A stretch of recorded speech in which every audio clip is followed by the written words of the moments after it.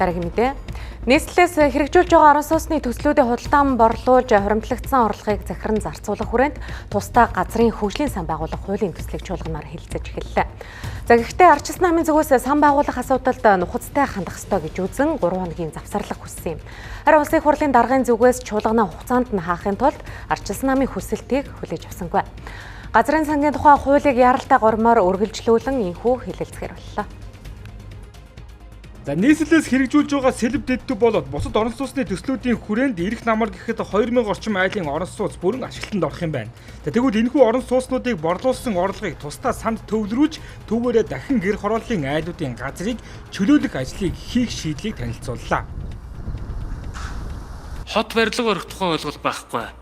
Өөрөөр хэлбэл бид нар газраа чөлөөлж өгөөд инженерийн шугам сүлжээг татаж өгөөд тэгээ барилгын компанид хот суурин газрыг дахин хөгжүүлэх тухай хууль заасны дагуу сонгон шалгаруулалтын үндсэн дээр уг төслийг хэрэгжүүлэх эрхийг олгоно.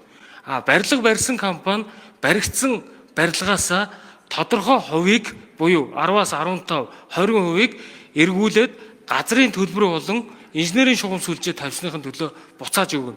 Тэр нь эргээ сандаа төвлөрнө. Сан төвлөрөхөөр дараагийн барьцлыг бид нар дахиж чөлөөлөөд дараагийн хувийн секторт газар олгох ийм асуудлаар явж байгаа юм гэж бодож байна. Тэгэхээр үзэл баримтлалын төвшөнд засгийн газраас барьж байгаа бодлогын төвшөнд энэ хуулийн зарим өөрчлөлтүүд нийцэхгүй байна гэдгийг хүрээнд Ардчилсан намын бүлгийн гишүүдээс олон гишүүнээс санал гарч байгаа учраас Ардчилсан намын бүлэг энэ хуулийн төслийн өөрчлөлтөн дээр 3 хоногийн завсарлага авъя. Засгийн газраас бас хүсэлт ирсэн байж байгаа учраас 3 хоногийн завсарлага өгөх боломж алга байна. За тэгэхээр 2 цагийн завсарлага Ардын намын бүлэгт өгье. 2 цагийн дараа яг эрцээрээ цуглан сан тураалт явна.